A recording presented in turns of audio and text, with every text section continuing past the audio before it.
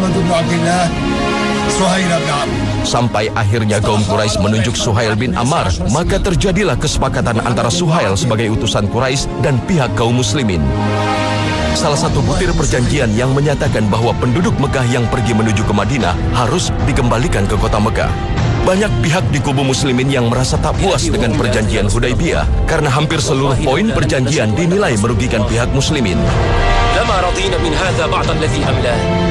Sahabat Umar bin Khattab radhiyallahu anhu sempat protes keras kepada Rasul, kemudian kepada Abu Bakar juga, karena dia merasa bahwa isi perjanjiannya tidak adil, tidak seimbang. Posisi muslimin ada di posisi kalah di perjanjian itu.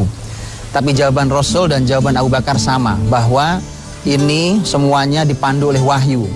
Bahkan Rasul pun hanya mengatakan, aku ini kan hanya hambanya dan hanya Rasulnya, dan tidak mungkin pasti Allah akan menolongku dan tidak mungkin meninggalkan aku. Jawaban yang sudah tidak ada lagi jawaban di atas itu artinya bahwa Hudaybiyah itu perjanjiannya disetujui oleh wahyu.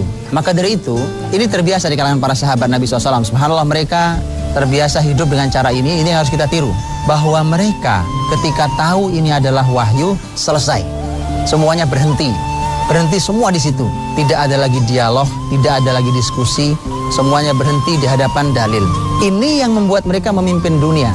Ini yang membuat mereka menjadi orang-orang peradaban tinggi yang menutup Persia Romawi. Kalau hari ini kita merasa sebagai orang cerdas, orang kritis, kemudian ketika ada wahyu pun kita kritisi, kita bisa melihat hasil hari ini. Muslimin bukan siapa-siapa di percaturan muka bumi hari ini. Beda dengan sahabat Nabi SAW. Lihatlah orang seperti Umar bin Khattab radhiyallahu anhu. Ketika dikatakan ini wahyu, semua selesai. Bahkan sejarah mengatakan Umar sebagai waqaf ala sunnah, adalah orang yang berhenti di depan sunnah. Artinya kalau ini adalah wahyu, semua sudah, dia berhenti, dia diam di situ dan tidak lagi bergerak. Pelajaran yang luar biasa. Hendaknya kita berhusnuzan. Kepada siapa kita harus berhusnuzan? Satu, berhusnuzan kepada Allah. Karena apa? Hudaybiyah itu ketentuan dari Allah. Dan ketika itu terlaksana, betul, fakta membuktikan bahwa kebaikan berada pada kaum muslimin. Apapun bentuknya yang menimpa kita, yang Allah berikan, maka hendaknya kita berhusnuzan kepada Allah.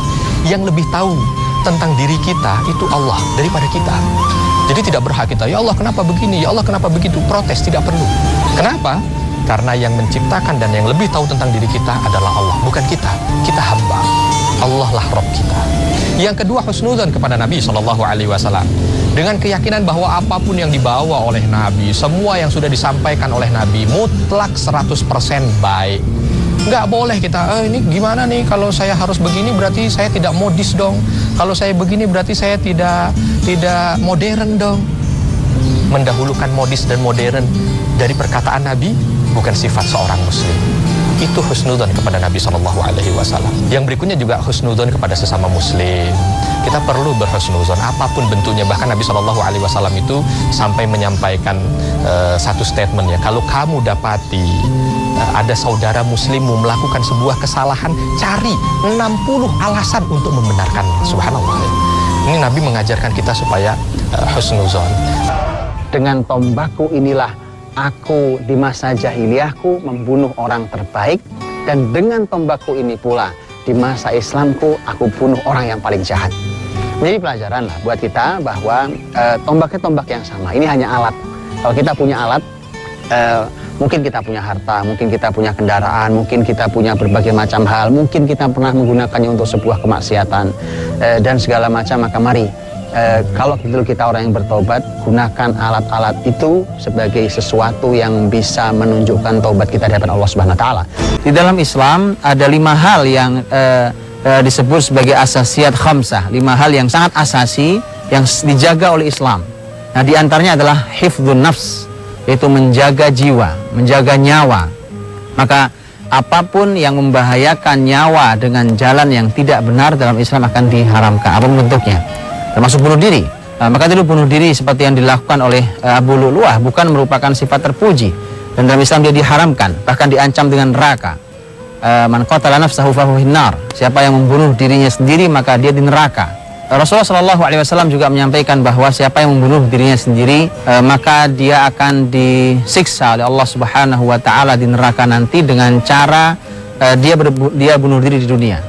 Artinya kalau dia umpamanya bunuh diri dengan cara meminum racun dan pasti sakit sampai kemudian dia mati, maka nanti di neraka dia akan terus melakukan minum racun itu, mati, dia kemudian sakit, kemudian terus begitu sampai seterusnya. Sementara di neraka tidak ada matinya. Kalau mati selesai urusannya, tapi di neraka sudah tidak ada kematian, kehidupan abadi yang tidak ada kematian.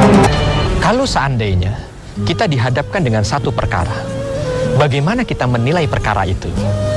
Haruskah kita mengedepankan akal, ataukah kita mengedepankan perasaan? Nalar atau perasaan? Dua-duanya tidak benar di dalam agama ini. Mengapa? Karena kalau orang mendahulukan akal untuk menilai satu perkara, itu dia akan menerima semua yang hanya sekedar masuk di akal saja.